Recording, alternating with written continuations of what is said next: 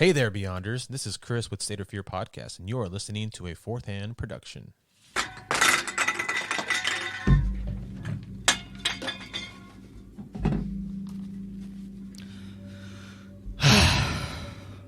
Lee, what the hell, dude? Dude, okay, so the show sounds great, but Funkmaster B is kind of a problem, okay? He keeps bringing these he keeps bringing these hoes in, or he calls them his hoes. I call them hookers, but to each his own. And they're just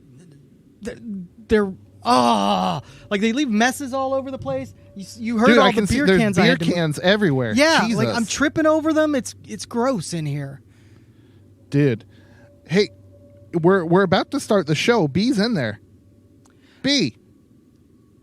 What up, man? What the hell, dude? Sorry, Lee. These hoes ain't housewives. B, you gotta clean up your mess, bro.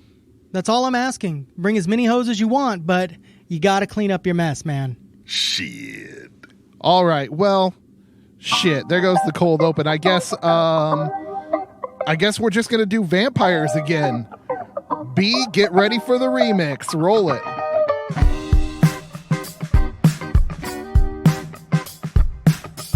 You are listening to the Beyond Terrestrial Podcast, your one-stop shop for the outstanding, the unconventional, and the downright strange. Strap in because the boys are about to take a wild ride. I'm Funkmaster B, setting up that tea for the duo of gumfoolery. Your hosts, Dan and Lee.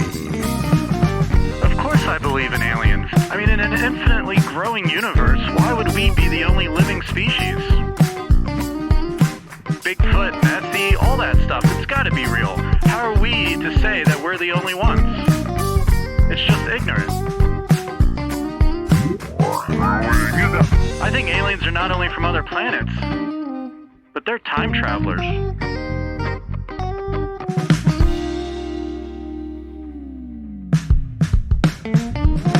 Welcome back to the Beyond Terrestrial Podcast, your home for the strange, the macabre, the conspiratorial, and all things supernatural. I'm one half of your hosting duo, Dan Martson, recording just down from the crossroads where Robert Johnson made his infamous deal with the devil. And as always, I am joined by the man, the myth, the immortal... ? Only on Lee Tuesdays. Guys, I'm Lee Arrett. I'm coming to you from the Haunted Barn Studios that is in the Bell Witch's backyard, and I'm excited. We are revisiting a topic today. That topic is vampires. Now, Mike and I covered vampires, in the first season, and we covered it pretty thoroughly, but Dan thinks he can do a little bit better. Well, I don't know about that, but I just wanted to throw in my 2 cents because you guys talked about vampire movies and stuff, and it just so happened that last month on HBO Max, I was watching a shit ton of vampire movies, and I went back and listened to your old vampire show, and I was like, dude, I want to do that. It was honestly, okay, this is an opinion, I think it was one of the best shows you and Mike did. Really? Uh-huh. Because I'm... okay. I mean, it's not an awful show. I mean, I know it doesn't do the numbers that Blue Book does. Blue Book is still far and away one of the best ones. But it was fun. It was actually really informative. You guys covered a lot of different myths and stuff. Not just the movie tropes, but you guys went back to origins and histories and all kinds of stuff that honestly, this show isn't really going to cover. This is just me chiming in on the show you guys already did. But listeners, do go back and listen to that first vampire show because it is definitely worth your time. You know what? Screw it. We will drop the first vampire show again with this episode. Oh, yeah, do it. That sounds great. Lee... do you remember about that show?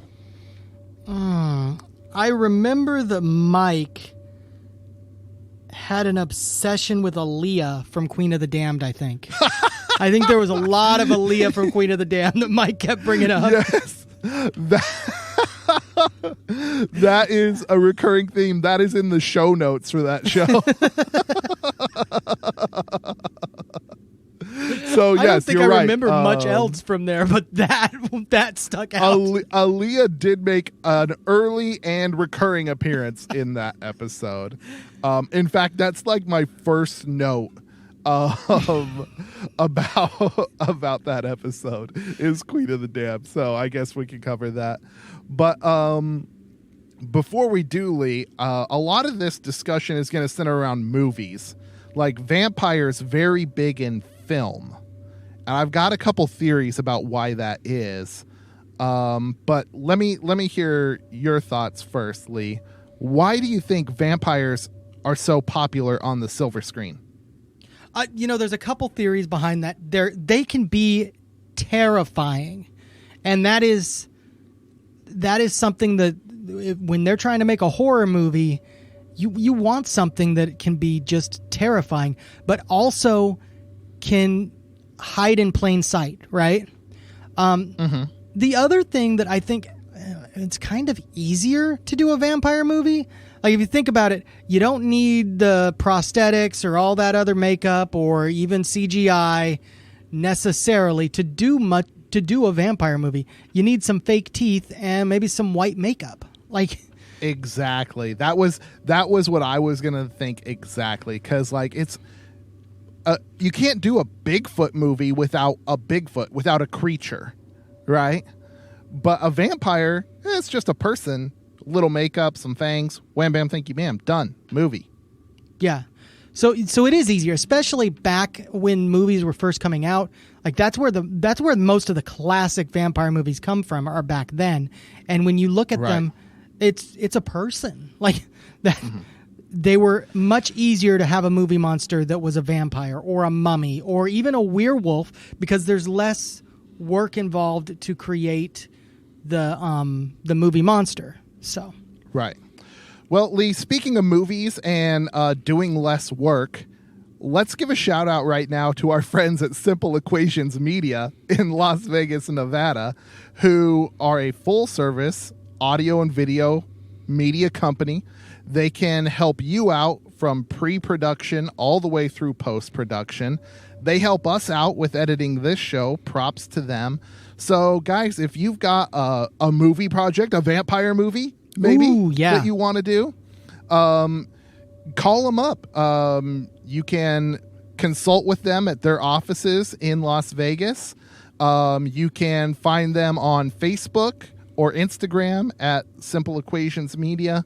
You can just Google Simple Equations Media, or you can find them on Twitter at simpleequation_. So, guys, they can, like I say, pre-production through post, consult with them. They can shoot it, they can edit it, and they can do smaller projects too. Maybe a music video for a garage band, or, putting together a podcast with these two schmucks. Personally, I think that this is the best thing they've ever done. I've never seen anything else, just to throw that out there. This is the best thing that I've heard from them. You are also extremely biased. This podcast is like your little baby. Maybe. It's like a person who has an ugly kid but is still super proud of them. My child is so beautiful. That's this podcast. So anyways, Lee, back to the movies, okay? Queen of the Damned. I have never watched this movie. What? Yeah, dude. It really is pretty good. I mean, I personally was not as big of a fan of it as, Mike was. I did like Aaliyah in it. She was cute. She was hot. Right. Isn't that an Anne Rice one, though? Isn't that part of her vampire verse? I have no idea.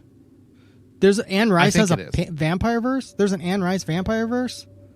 Yes, dude. Interview with the Vampire. Okay. All right. Right? Yes. She wrote that, and then there's a whole bunch of books that go along with it. It's not like just one book. Oh, wow. I did not know that. Yeah, dude. Well, we're going to find out. Some people are really into it, Lee, and we're going to talk about that later. We want to talk about movies right now because, like, that's the entry point for most people to vampires is movies, right? Maybe not Bela Lugosi anymore, but definitely. Yeah, definitely in the movies. And you guys talked about a bunch of movies in that first show. Queen of the Damned was one. Lee, you made an allusion to Dracula 2000, where like the Dracula origin is like he's Judas or something like that. Mm-hmm. Do Yeah. you remember who played Dracula in that movie? This was a long time ago, Dan. Yeah. I mean, it was a long time ago that I'd watched the movie. I'm really picking your brain here. Oh, man. I have no... Is it Jeffrey Dean Anderson? Negan? Wrong. No. How about none other than King Leonidas himself, Gerard Butler? Was it Gerard Butler? Gerard Butler, dude. Wow. Okay. Yes. Okay. I feel like I was at least in the ballpark. Like they have some Right. Jeffrey Dean Morgan. Morgan, yes, sorry. Yeah, that's right. But yeah, dude. King Leonidas was Dracula in that one. So they got a Scotsman to play Dracula. And it worked. I think it's a Wes Craven movie. It's actually pretty good. It's cheesy, but I mean, if you like Wes Craven, I like Wes Craven. So the movie works for me. Yeah. It was an enjoyable movie. I liked it. Okay, and you guys talked about the Underworld movies and how they have way too many sequels, which is a fact. Absolutely. Well-known fact. Even though a lot of people think like one of the last ones, like the Rise of the Lycans one, is like the best one, which I don't know. They're entitled to their wrong opinion. The first one's the best one, clearly. Well, yeah, absolutely. But that's just me.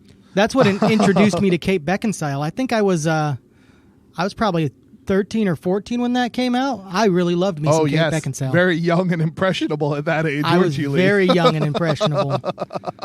Yes. Yeah. We all know what you're talking about. Black leather bodysuit. Well, Lee, then you said something that I can't let go. Okay, you're upset with me now? It did. It cut me to the quick. Not just your perverted Kate Beckinsale fantasy, which is fine. I mean, who didn't have that after they saw that movie?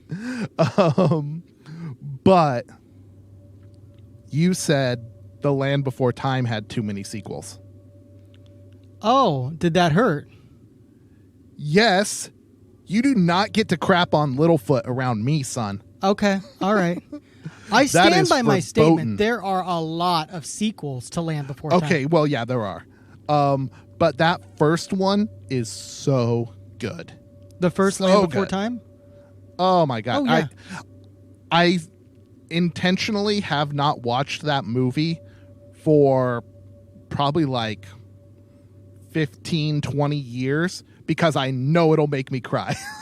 Yeah. Yeah. As an adult. Oh, yeah. Oh, yeah. Yeah. So that's good filmmaking right there.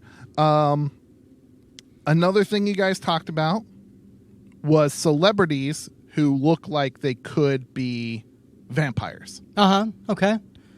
We're talking about the Keanu Reeves, the what's his name? Pollock? Yeah, Kevin Pollock. Yep. Who some people also think might be the Count of Monte Cristo. You mean Saint Germain? Yes. Count of Saint Germain. Jim Caviezel was the Count of Monte Cristo in the movie The Count of Monte Cristo. Sorry, Count of Saint Germain. Yes. Hey guys, if you've just tuned in, this is Beyond Terrestrial talks about vampire movies. But yes, it was. So Keanu does have a few historic doppelgangers out there. And I think that's probably more, I mean, he just had someone who looked like him back in the day. But Keanu if he is a vampire, very smart to star as Jonathan Harker in the Dracula movie. Okay, yeah. All right. You remember that one? Where he has a terrible English accent? Yes. Oh, yes. Oh, yes. Very bad. And, oh shit. Who is Dracula in that one, dude? He's Sirius Black. I can't think of his name all of a sudden. Oh, I've got I'm a drawing face, a but I blank. can't think of the name. I'm with you, though. You gotta Google it, dude. Gary Oldman! Oh, I just thought of it. It's Gary Oldman. Gary Oldman. Oh my gosh. I beat you to it. I beat Google to it, man. Jeopardy champion. That's my shit. Gary Oldman. Yes, so good. Literally so good. I didn't realize this movie came out in 1992. Dude, he is one of the best Character actors. Draculas. Yeah, oh, so good. Yeah. I mean, he's up there with Lugosi in my mind. Oh, yeah. When you're thinking of the Dracula, oh, yeah. Uh-huh. Yeah. Him, like Gary Oldman, Christopher Lee, Bela Lugosi, Vampire Off. Who wins? I'm trying to picture Christopher Lee. Saruman from the Lord of the Rings. Still not with you. He was in the old Hammer versions of the, Hammer pictures. Christopher Lee. Okay, I'm with you. Well, Lee, I'm going to tell you who wins. It's Christopher Lee all day. He was actually a spy in World War II. Really? Yeah, dude. Had legit killed people. Nice. Okay. Yeah. There's like a part of the movie, something in the Lord of the Rings, where someone gets stabbed or something like that, and they were going to have the character go and inhale. Mm-hmm. And Christopher Lee goes to the director. He's like, no. When you stab a man, they exhale. It drives the air out of the lungs as you plunge the knife into their back.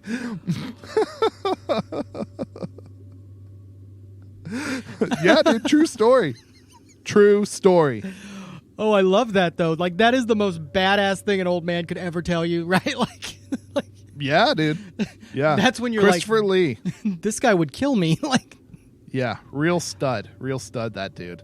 So, they don't make a lot like him anymore. So, anyways, what other things did you guys talk about in that first show? Dude, this Greek myth of Ambrosio that Mike covered. Okay. I had never heard that. you know what? I had never heard it either, and when you brought it up just now, it like all kind of come flooding back to me, but I don't remember the whole thing. Okay. Well, let me give you a brief synopsis. Ambrosio was in love with Selena, and the gods would, I don't know, one of the other gods was into her or something like that, and they ended up cursing him to an immortal life, to drink blood, and then Artemis, who is a huntress, had like a silver bow, and it was like a whole deal. And they're star-crossed lovers. I mean, classic Greek myth tragedy. Mm-hmm. Star-crossed lovers. The gods intervene. They can't ever be together. And Ambrosio becomes like the first vampire. Okay. All right. I remember it now. Oh, it was Apollo. It was Apollo who was into his girl because Apollo is the sun god, and that made it so he couldn't come out in the sun. Oh, yeah. Okay. Yeah, there you go. So, yeah, it was a great story. And you know what? When you and Mike said that should be a movie, mm-hmm. you were kind of right. Like, that would be a good movie. You know what? I think it would. It'd be a good storyline to basically go off of. It would be like goth Clash of the Titans. I know. It might actually be pretty damn good. Shit, yeah, it'd be good. Yeah. Like, imagine Clash of the Titans, but then you have, like, this kind of emo-ish main character who gets cast out and becomes a vampire. Okay. And is, like, cursed by the gods, you know? Like, very, very cool story. about like, and you could really tie in themes about like power structures and stuff like that if you wanted to. And one man rebelling against, heaven, that sort of thing. It'd be a great story. I think they should cast Keanu Reeves and have him play John Constantine. Keanu. Just like, that's your character. Like, yes. Dude, okay, side note on Constantine. So the character Constantine in the comics is actually modeled off of a celebrity. But Do you it's know not who it was? Keanu Reeves. No, definitely not. Because Constantine came out before that. Yeah. The comic. I'm trying to think of the name. I'm thinking. He's got one name, so it's... There you go. There's a hint. He's only got one name. He's only got one name. He's one of those celebrities with only one name. Sting? Yes! Nice. I was going to go with... why can't I think of his name? James Dean. But then you said the one name thing, and I was like, who's close to James Dean? But no, dude, he's supposed to be like Sting. So there you go. Honestly, like if they cast Sting now as like an old Constantine, that could be kind of cool. That would be kind of cool. Yeah. So there you go. Those are my thoughts. Let's see some other things you guys touch on. You know what? Before we get back to any more, we've kind of exhausted our pop culture round. Now we're going to get into some real stuff. But before we do, Lee, we should probably take a break. Yeah, let's take a quick break.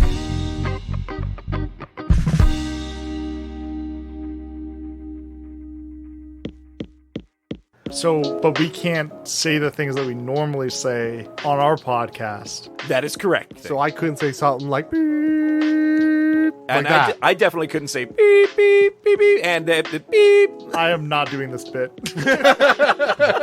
Too late. He's too deep in. Anyway, this is Alex Austin from Ronan Geek Official Podcast. And in the room with me today, I have... Plebeian Pirate Adam. And just Rob. And just Rob. And we are here to advertise Ronan Geek Official Podcast. We are a geek news and comedy podcast direct out of Windsor, Ontario, Canada. So if you want some Canadian flavor on your geek comedy news, make sure to give us a listen each week for gaming, movies, and TV. We'll give you some reviews. We'll give you some spoilers. And we'll give you probably a lot of other stuff you didn't ask for. So there you go. So join us wherever you find your podcast. And we look forward to having you listen to us. Yay.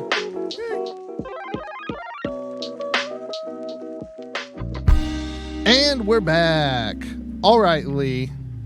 So, we've talked about vampire movies that you guys discussed, ones that we all love. There's plenty you didn't cover, and we'll get to that. But you also discussed some real life places and some history of the Clarksville area, which we've done a little bit on lately. Do you remember that? No. Oh, see. Do you recall the Transylvania colony? No, I don't. So when territory west of the Allegheny Mountains was first settled around what is today mostly Kentucky and parts of Ohio and Tennessee, it was called Transylvania. Nice. Okay. And this is something you mentioned in the show, and it piqued my interest, Lee. There's a Transylvania University right here in the United States. Really? Yes, dude. And sadly, despite I think it was actually maybe founded before Dracula came out. So I can't remember when Dracula was published, but I'm pretty sure it's 1800s. So Transylvania University was one of the first universities west of the Allegheny Mountains. It's a private university, and their mascot is not the vampires. That's a completely missed opportunity. At least be a bat, right? Like, well, again, I think the university came before the book. So in any case, though, like I would make that transition. It's a private university. Yeah, they've had hundreds of years to change it. They should. But what do you think their mascot is? Remember we did this before with the Jewish University of Israel or something like that. But this time I actually looked it up. What do you think it is?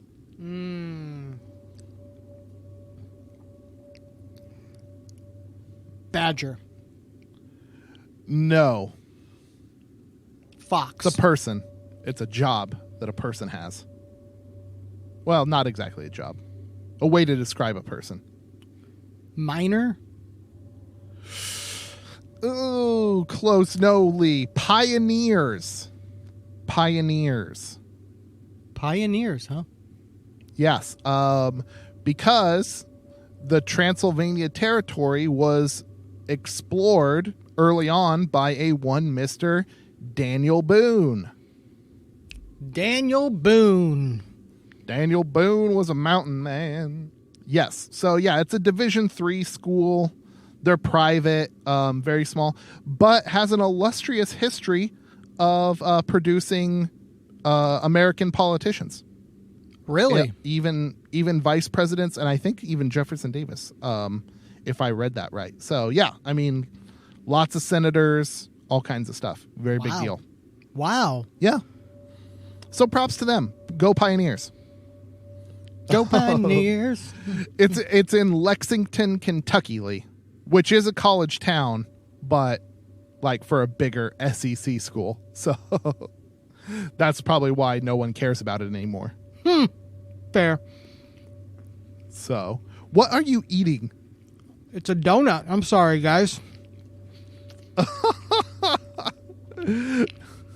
I'm sorry. You should bite. Is it jelly filled? You should bite into it and suck the jelly out. Ooh, it wasn't jelly filled, and I've already eaten it all. It was a chocolate cake donut. Oh, there you go. Well, Lee, there's one last thing you guys talked about that's real life that is very pertinent to right now, this moment. The intersection of politics and monster movies. Yes.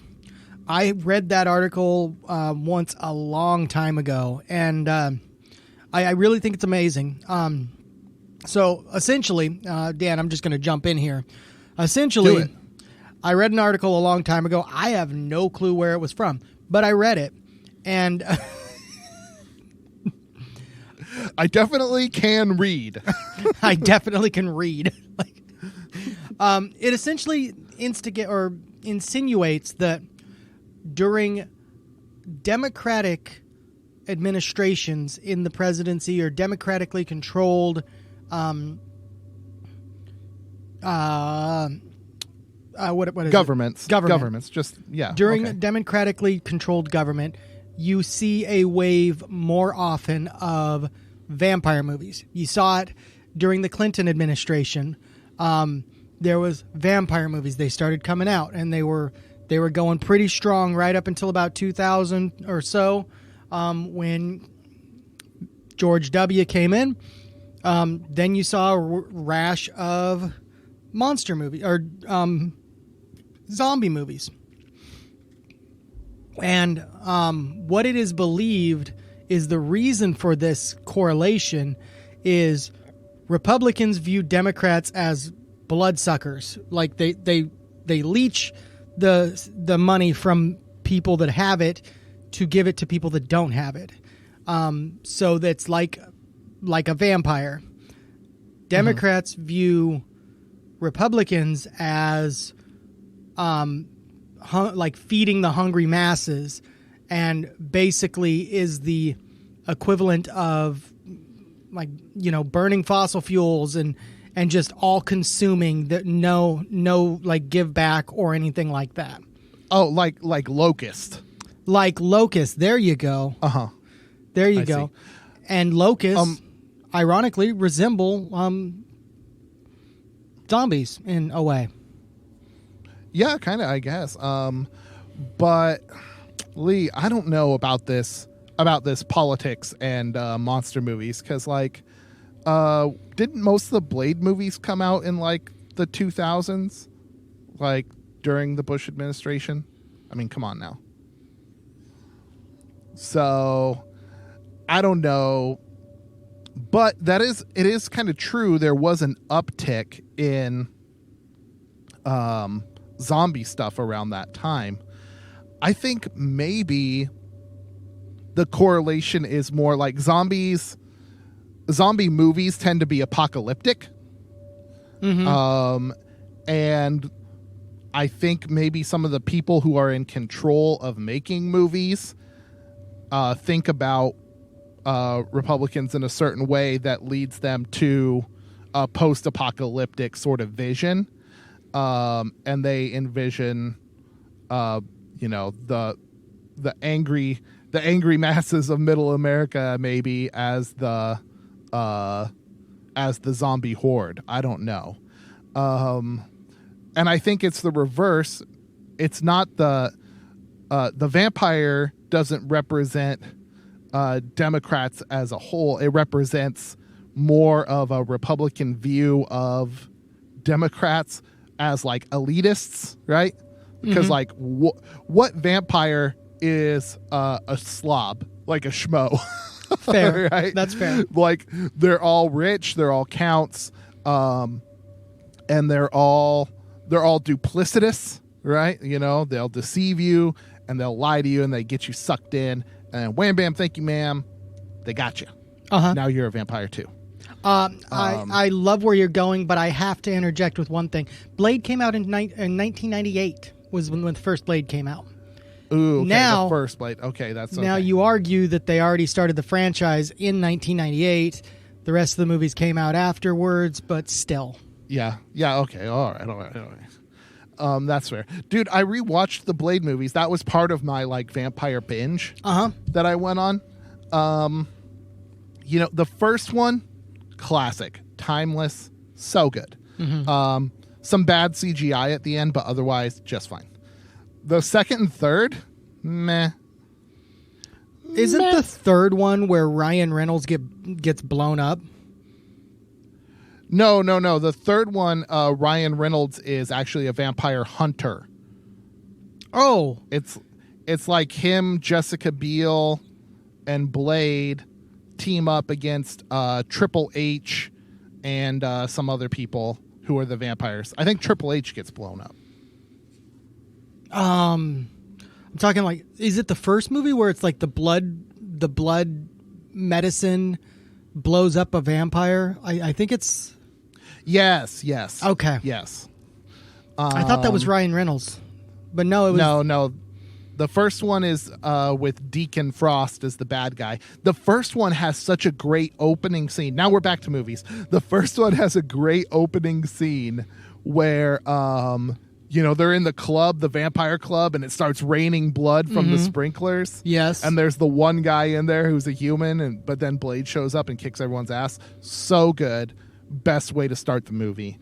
That really hasn't been replicated. Dude, have you heard about the next Blade movie? I've not heard much about it. I've heard that it's coming. Yes. So it is going to be full-on part of the MCU. And the new Blade is Mahershala Ali. He was in the last season of True Detective. Okay. And he was also in Moonlight, if you watched that movie, which is also a really good movie. Nope.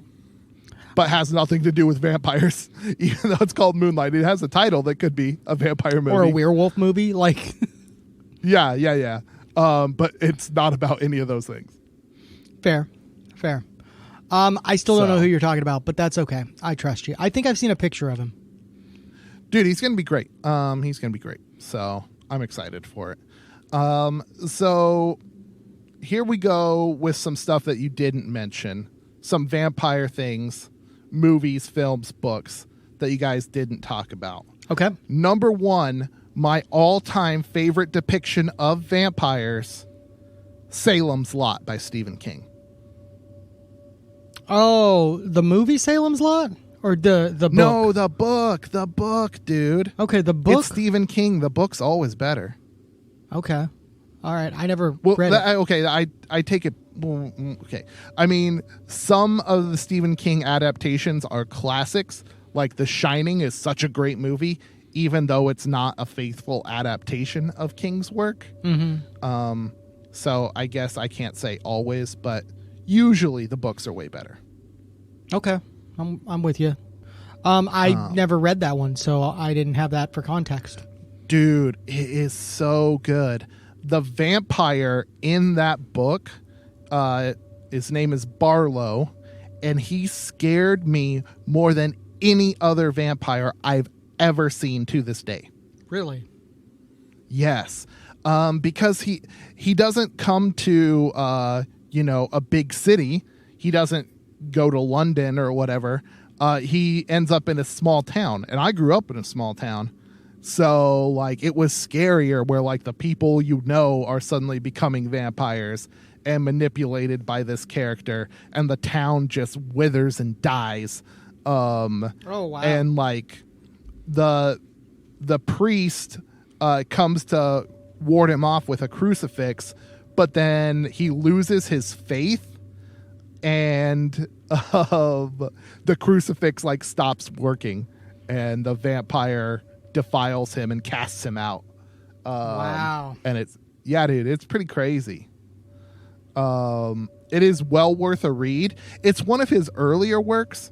So like, if you've ever read Stephen King, like Carrie and The Shining and Cujo and some of those things that he did early on are kind of a different read than the stuff that he puts out now. Well, yeah, I mean, he was on cocaine and all sorts of other drugs during that time. So right. Well, that's true. But you know what? I think the books kind of relate to him. Well, all his books relate to him in a very distinct way. And he's even written himself into some of his books. But like, I mean, The Shining, when you read it, like, it's so much about alcoholism that it just comes through, and like his experience comes through in the horror. It's crazy. Yeah. Okay. So we've got Salem's Lot. What's next, Dan? Okay, here's one that it's like a guilty pleasure. All right. Priest. With Paul Bettany. Priest. Yeah. With Paul Bettany and Carl Urban. Yeah, isn't that like... And Maggie Q, who is fantastic in that movie. Go Maggie Q. Didn't that movie go straight to DVD in like Alberta? No, it was awful. Like, it was just not good. I said it's a guilty pleasure. I didn't say it was good. Okay. All right. Can't a man have a guilty pleasure? I come out here, I bear my guilty pleasures to the world, and you just crap on me, Lee. I do. I'm not proud of you for that one, Dan. Wow. There's a lot of things in my life that I'm proud of you for, but not that one. Well, dude, there's like Maggie Q doing kung fu and stuff, man. And Carl Urban's so good. And he like hams it up as the bad guy in that movie. I do love Carl Urban. See? All right. See, now you're on my side a little bit. Fair enough. And I like Paul Bettany too, so. Yeah. He's really good. He's kind of one note in that movie, but I mean, whatever. That's not his fault. Okay, now here's one. I want to see if you've seen this one, because I haven't, but I keep seeing it in the Netflix roll. The Vampire's Assistant with John C. Reilly. No, haven't seen that one. I haven't watched it because I just can't get past the guy in Step Brothers being a vampire. Yeah. I want to call him Dragon. I want to watch him do his drum solo at the fucking Catalina wine mixer.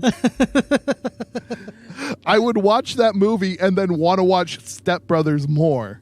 And so I could never get through it. I know. One TV show I started recently, and I'm only a little bit into it, so bear with me on this one. So I literally started the first episode and was like, what am I watching? But it's like growing on me in hindsight. Okay, tell me about it. What We Do in the Shadows. Oh, dude, yes. So good. You should watch the movie. Really? Yes. It's a Taika Waititi movie. Oh, I haven't seen that one. Is it a movie or is it a TV show? Mine's like a Netflix, or not a Netflix, but FX, Amazon. Yeah. Okay. Yeah, it's on FX. Yeah. But yes, dude, What We Do in the Shadows. It's a great TV show. It's based on a movie that Taika Waititi did. Taika is that New Zealand dude. Yeah, did Thor Ragnarok and Jojo Rabbit. Dude, it's hilarious. So good. It's got a bunch of the people from Flight of the Conchords in the movie. Okay. What I like Dude, you'll about love it is it's like an adaptation of like The Office. Like it's filmed like The Office, Yes. right? Yes. But it's like filmed like documentary kind of thing. Okay. So fucking stupid. My favorite part of What They Do in the Shadows is where they explain why vampires like virgin blood. Did you get that part? I don't think I got that part. I got to the part where they introduced the I can't even remember his name, but the energy vampire, and and everybody just hates him, and he walks up and just starts talking, and he's like, so yeah, and everybody's energy's just getting drained. I know. And you're just like, he's just a person that like sucks your life away. Like we all met him. Like yes, you guys talked about that in the first show too. So props to you guys for getting energy vampires.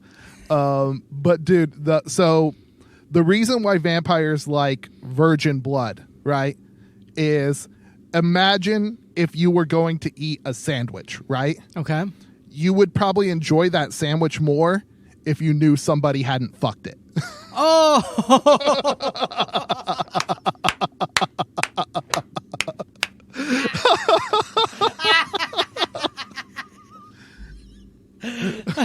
Such a true story. Yes, dude, that's in the movie. You got to watch it. All right, guys, What We Do in the Shadows. We can't plug it enough. Let's see. Here's some other ones that you didn't cover. Fright Night. You remember Fright Night? No. Oh, dude. So there's two versions of it. There's like the 80s one, which is very much like kids fight the bad guy, Spielberg inspired sort of thing. Mm-hmm. And then there's the remake that had Colin Farrell as the bad guy, as the vampire. Okay. I don't remember either of those. Both versions pretty good. Okay. All right. And then Let the Right One In. Have you heard about this one? Or I think there was an English remake of it called Let Me In. No, Dan. Sorry, okay, I shook my head and like this is an audio medium. I'm sorry, listener. No, Dan, I do not know that one. Okay. So Let the Right One In, Lee. It's like a Swedish movie, okay? And it's got a kid vampire. Okay.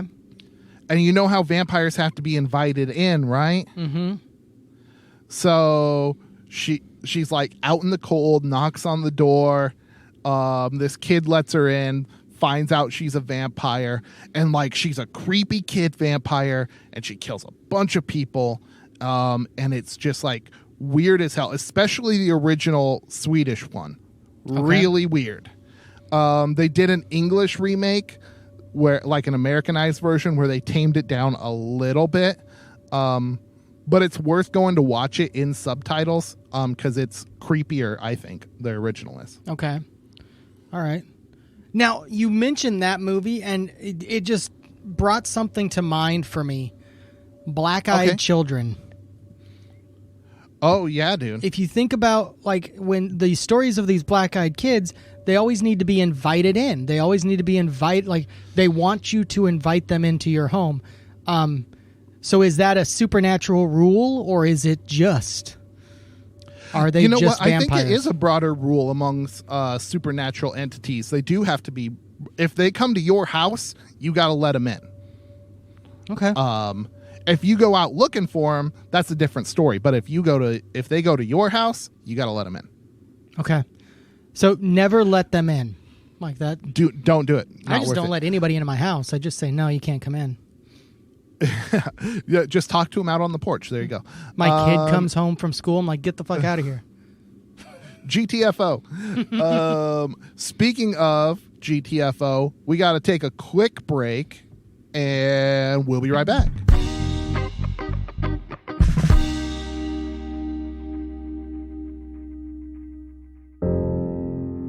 An old wine cabinet said to be possessed by a demon, which invokes nightmares and physical harm.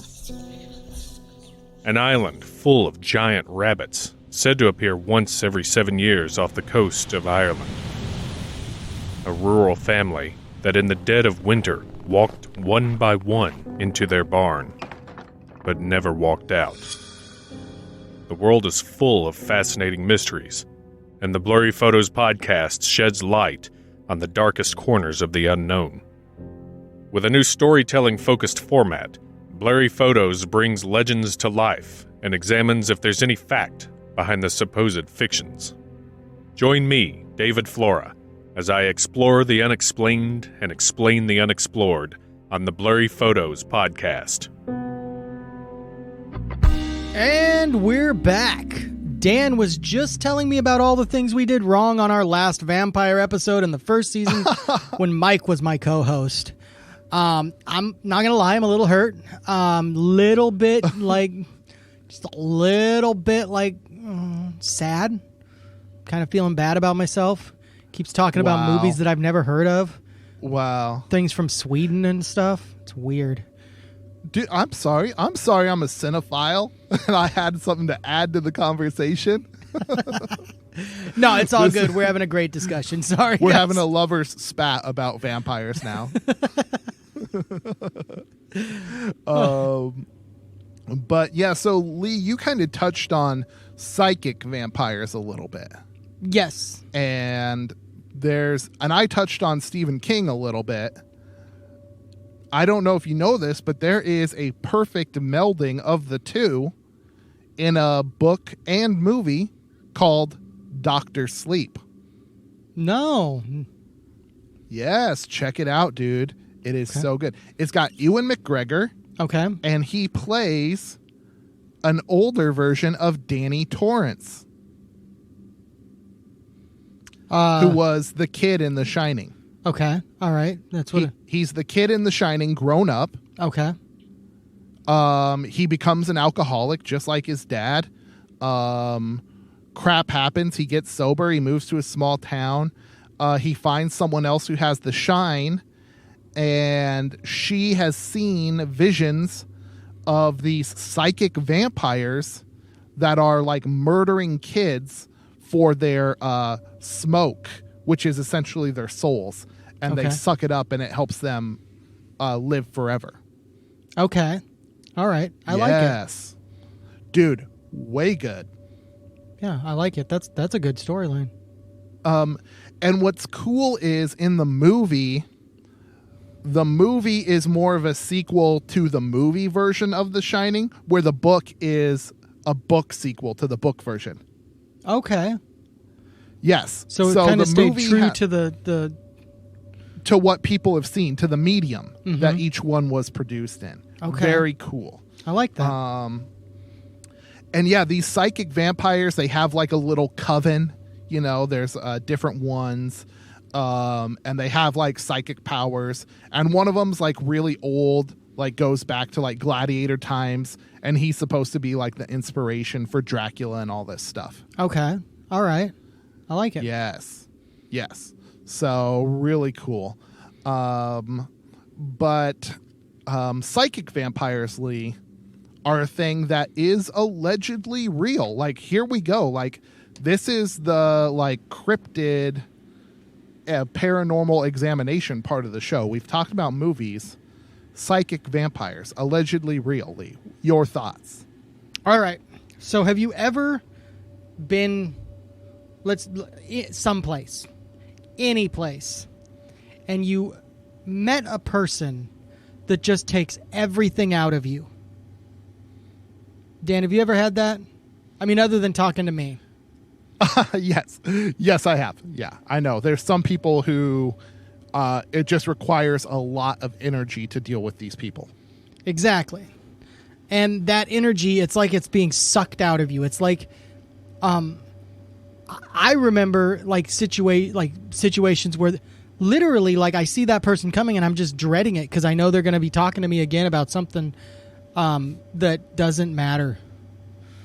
Does not matter. There's no, and it's exhausting.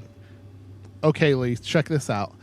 I found an article about psychic vampires on a website that you might know called Medium.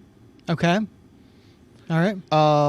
And it took this subject very seriously. Very seriously. Hey, remember earlier when you said Google? I Googled it. Google. You went a little bit Mike Myers with it. Google it. Or like the Swedish chef. Googly doogly. Sorry. All right, back to the story. We were talking about Sweden earlier, so that works. But yeah, no, it took this subject very seriously. And essentially, the way they described it, a psychic vampire is someone who can manipulate your spirit energy. Okay. So there's, of course, the physical world, and then there's like the spirit world underneath it. And this person who authored this article claimed to be able to see into the spirit world. Okay. And essentially, part of this article was crazy. Like, essentially, if you see a couple people physically sitting with each other talking, their spirits will be acting out however the people feel. So if one person, like, hates another one, like, the spirit might be trying to choke him or something like that. Yeah, I don't know. It was weird. Or if they're, like, deeply in love, maybe the spirits are getting freaky deaky while the people are just talking. I don't know. Okay. Dude, it was a crazy article. But essentially, the idea was that mental issues that people have, like depression, are not biological issues. They are not natural, and they are caused by these psychic vampires who have manipulated your energy and are taking something from you. As a person that suffers from anxiety and depression, I'm slightly insulted by that. You know what? I thought it was not the best way to describe people's mental health problems. Like, it's like we know what serotonin is. So, like, we know the effect that these neurochemicals can have on people's bodies. And it's a little bit off. But the article goes on to say that you have to allow these psychic vampires in. And most people do it unconsciously. And it can happen when you're a child and you can't defend yourself.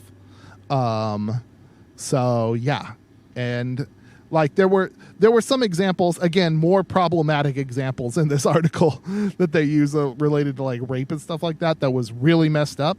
I won't go into it. But yeah, it was a weird article. But essentially, once you let someone in, they can manipulate that spirit from wherever. And once they're inside your head or your spirit world, they are draining you. And that can cause you a whole host of physical problems. And mental issues. I prefer my energy vampire theory more. And right. I think the Stephen King ones are better, and they're like, kid murderers. Yeah, fair enough. Right. But at least they're cool. Yeah. These ones are like, I don't know, just kind of mean and weird. And the thing, okay, so how do you think you can defend against this type of spiritual vampire? I'm assuming silver bullet to your head.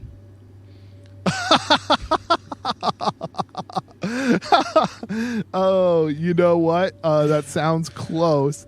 No, the idea was like intention. You have to do things with intention.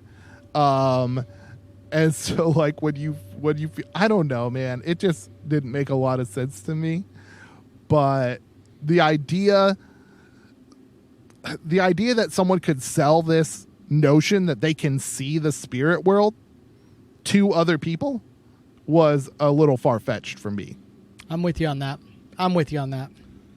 But at the same token, there is some truth to it. Like if you let someone get inside your head, right, and you spend a lot of time thinking about a person who could be like an energy vampire who's a negative effect, there is some truth to that. So like this person just took it a little too far and a little too weird for me. Yeah, there's definitely some truth to that. You see it in a lot of like bully and victim scenario where the victim starts to worry so much about what the bully's going to do next that the bully has total control over their actions. Right. Well, and you know what? Like in this explanation that I saw, you could blame all kinds of things on psychic vampires, and really not take control of your life. If you wanna blame something, I guess again this kind of goes with what the person was saying. If you look for blame, if you look for excuses, you're not really living with intention, I guess, is part of the idea. So who knows? Maybe, I don't know. It was weird. Let's just all get on the very new agey. Let's all get on the same page, blame the government, and then be done with it, okay? Right. They're the ones covering it up. Or like space vampires. You know, you can't see space vampires because telescopes use mirrors. Oh, that's a problem. That's a real problem. And there was a space vampire thing written by George R.R. Martin. Night Flyers. Check it out. They did a TV show. Okay. So there's another pop culture reference. Boom. You thought we were done. Ha! We got more. They just keep coming. Okay. Last thing on vampires. People who live, quote unquote, the vampire lifestyle. Lee's face. Lee just like face palmed hard. Oh my gosh. So, there's a couple stories that I remember of that kind of thing where this group of teenagers started a vampire coven and it like culminates in them like killing one of the kids in the coven. And it just gets that crazy. Was a true thing. That happened in I can't remember if that happened in like Kentucky or Florida, but it's one of the two. Like seriously, I Florida really pops into my mind, but when you said Kentucky, I was like, I think it started in Kentucky and then they traveled to Florida. See, it's perfect. It's the most terrible combination of things. David Flora from Blurry Photos, please don't take that as us saying that Kentucky is all awful. It's just mostly awful. No, Lee, you live right next to Kentucky. You know. So Lee, the vampire lifestyle, it's a thing that exists, evidently. It feels like it's like uber goth, right? Like, well, it actually blew up in popularity around the time of the Interview with the Vampire movie. Okay. People really got into Anne Rice and her books. And then there was also a role-playing game, is like Vampire the Masquerade, which I don't know how much influence it had, or if people just really like to blame role-playing games on like deviant behavior. You know what I mean? Yeah, you see it with Dungeons and Dragons. You see it with like Grand Theft Auto, because even though it may not be a board game, Grand Theft Auto is a role-playing game. So, Oh yeah, I mean, kind of. Yeah. You do kind of inhabit that character. But yeah, so this is linked up with something called Renfield's syndrome, which is kind of the need to suck blood. It's a psychological condition, and sometimes it's autoerotic. Anything that's autoerotic is interesting to me, man. Yeah, well, cutting yourself to suck your own blood and then try and get off is a little bit weird, but... Oh, yeah, that's no fun. Yeah. So Renfield's syndrome, named for the human familiar in Bram Stoker's Dracula. Okay. So it's a weird thing, but like that is like an extreme case, and it's usually one person doing it to themselves for some weird fetish. Not the same as the vampire lifestyle, which is consensual among adults, and is a thing. They have donors. Sometimes the donors will, cut themselves and then put the blood through like a surgical tube or something into a vessel that people can drink. Sometimes, if they're willing, they'll let the vampire suck it straight out of the wound. Sexy. And then they clean it and dress it, and there you go. Wham bam, thank you, ma'am. Sounds like an easy way to get an infection. You know how much bacteria is in a person's mouth? That's why we're wearing masks right now, right? Not very smart in this pandemic day, and now we're all like, oh my God, I can't believe it. You let someone get in your 6-foot bubble? No. But yeah, like that's a thing some people are into. And some people in this vampire community claim to be psychic vampires, and they do look for willing hosts to, I don't know, suck energy out of. I also look for people to suck in. No, wait, for people to suck energy out of me. That's what I'm hoping for sometimes. Well, it sounds like Funkmaster B's bringing a few of them around, son. Yeah, but no. You just don't have the extra cash. Yeah, about that. Yeah. Guys, if you want to donate anything to Beyond Terrestrial, you can go to patreon.com. Oh, no.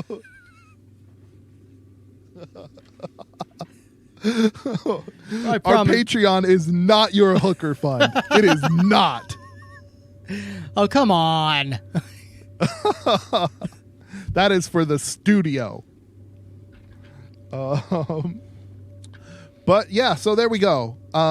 Evidently, that's a real thing that people really do, pretend to be vampires. Now the question, this is the last part of the show here, Lee. The question is why and where? Where do these stories come from? Why do people connect to them so much that they try and live as vampires? We kind of touched base on where they come from in the first show, and it is strange that so many different cultures, so many different groups of people, different religions, different cultures, different time frames, all have similar depictions of a vampire. It is an interesting thing. Is it something that we instinctively see and imagine? Is it something that actually does or did exist at some point? I don't know. I know that a lot of them, like the more classic view of the vampire the modern day has, was most likely created because of what was at that time called consumption, but we know as tuberculosis, which turns, the person, unfortunately, into what definitely appears to be a vampire. Their skin gets pale. They start to cough up blood, so there's often blood leaking out from around their mouths. And they get weaker and they just slowly wither away. Yes. It's really close to the current depiction of a vampire, right? Right. And in a time where you have no scientific explanation, a story kind of makes some sense. Yeah. And there are some other diseases out there that have vampire-esque leanings. There is I don't know the name of it, but there is a disease that makes a person literally unable to go out in the sunlight. Like they would burn almost instantly within a couple minutes. Oh, yeah. And so that could be, the basis of some of it. The real hard part with it is, where do you separate the fact from the fiction? Where is a legend? Where is the factual basis of the legend? You see it with like Greek myths. Like there is so much crazy Greek myths out there. They were so out there. And that one's hard because where do you separate the story, like the fiction, from the fact? And to me, it's confusing. I don't know, Dan. I don't know where it comes from. Yeah. Okay. Check this out. So you touched on consumption, which is a great one. TB is a disease that wastes people away over a long period of time when there was no treatment for it. Yes. So these people were dying in front of their friends and family, and everybody knew it. Like everyone knew what was going on. Like people were much more in tune with death back in the day because more people died. And so that's definitely one of them. Another one, Lee, is one you guys touched on a little bit that I want to do a little bit more on. Rabies. Okay. Rabies, a very scary disease back in the day because you couldn't inoculate any animals against it. So it could be the basis for werewolf stories. It could be the basis for vampire stories. Because people, when they get it, they go hydrophobic, they go crazy. And, one of the animals that is a common carrier of rabies, also associated with vampires, the bat. Along with wolves that are also associated with vampires. Right, yeah. I think in Dracula, aren't those the two animals that those Dracula are the turns two things into? he can become. Yes. So, I mean, it's a whole thing.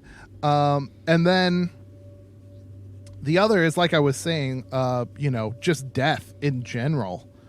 I mean, people back then had to deal with death a lot more.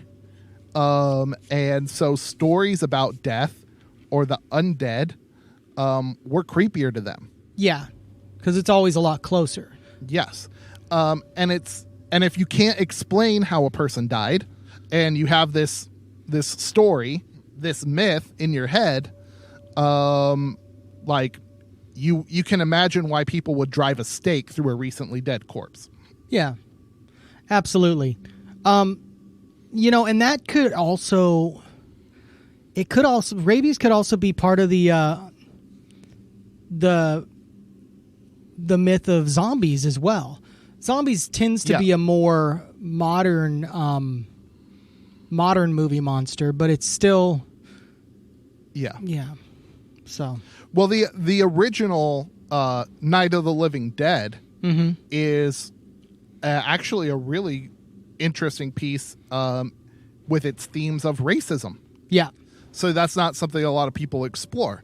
They watch a movie, they watch a zombie movie. But the racism, the themes, the tones, it's all in there. And like the Romero is trying to reflect part of the world. And that's the same thing with these stories. They're trying to reflect the times that they were created in. You're absolutely right. They do reflect the times that they're created in. And they're basically the best explanation for the situation that the people had at that time. Is that fully what it is? Because there's some very weird-ass vampires out there. If you look at Chinese vampires, there's a couple different... Or they're like, Asian world vampires. They get kind of crazy to the point where... I think in Japan, maybe Japan. It's one of the Far East countries that the vampire is almost always a woman, and she separates from her lower half, and she's a floating head and head and shoulders essentially. And whoa, that's weird. Yeah, and then during the day she's just a regular woman. Kind of like a weird succubus, but floating in a pond. Yeah, kind of. Yeah. Crazy. Well, and you know what? There's a little bit of science to it that ancient people might have been able to suss out. In a time, you can imagine when people were doing bloodletting and stuff like that, the idea of young, healthy blood replacing old blood. And there's been legit scientific study done on it. And the consensus is that it's mostly bunkum. But there, like I said, there are cases where it could be true. And there are companies that will actually give you young blood plasma transfusions. And guess what one of them's called? Ambrosia. Oh. Like Ambrosio from the Greek myth. Oh, that's good. That's good. Ambrosia was also the food of the gods. So that was a thing. So yeah. That's what kept them immortal. So yeah. So we got fear of death. We've got a little bit of science that relates to it. One thing that I want to add in there, probably the last thing, is fear of damnation. You can imagine in a world dominated by the church, the idea of living, a cursed immortal life is not very appealing to people. I mean, I guess back then, yeah. Now I'm just kind of sweet, you live forever. Okay. Right. Yeah. But infinite possibilities to mess up and fix it.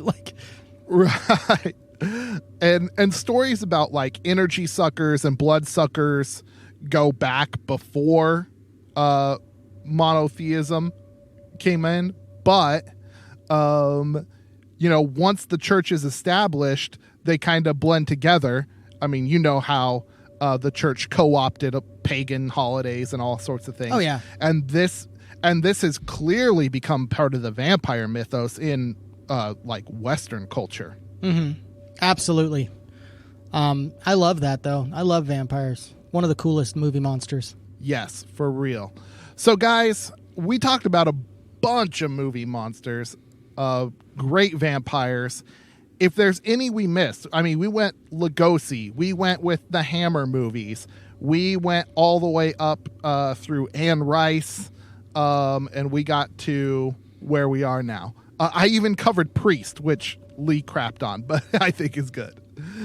I mean, whatever. We did a Swedish movie. There's probably a bunch of foreign vampire movies out there that we didn't watch. I guess we didn't mention Nosferatu, but you guys did in the first one. Mm-hmm. Between these two shows, I think we've covered most vampires. Yeah, I think so too. Oh, no, wait! Jesus Christ Vampire Hunter. Oh, I don't remember that one. It's on Amazon Prime, dude. Oh, I'm going to check it out. It is such a B movie. It's not even a B movie. It's like a D movie. Speaking of bad movies, you should check out our sister podcast, What the Suck. Yeah. Oh, dude, this would be a great movie for What the Suck. It's Canadian. It is over the top. There's a luchador. If you want to see Jesus and a luchador fight lesbian vampires, go on Amazon Prime right now. Wait a minute. This movie has everything. This has a luchador, Jesus, vampires, lesbians. Yes. You sounded like Stefan from that Saturday Night Live skit. This movie has everything.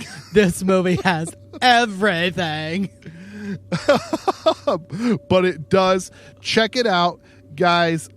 Get onto our Facebook page and our Facebook fan group, Beyonders, fans of Beyond Terrestrial Podcast. Tell us what your favorite vampire movie is. Tell us if you go and watch Jesus Christ Vampire Hunter and you love it as much as I do, or if you hate Priest. Get on there and I don't know, maybe we'll pick a random commenter to win a little show swag, maybe a sticker and a thank you note or something. Yeah, maybe. Merber. Well, guys, I think that's been about it. Lee, any final thoughts? Oh, my final thoughts are this. Priest sucks. I'm going to watch Jesus Christ Vampire Hunter.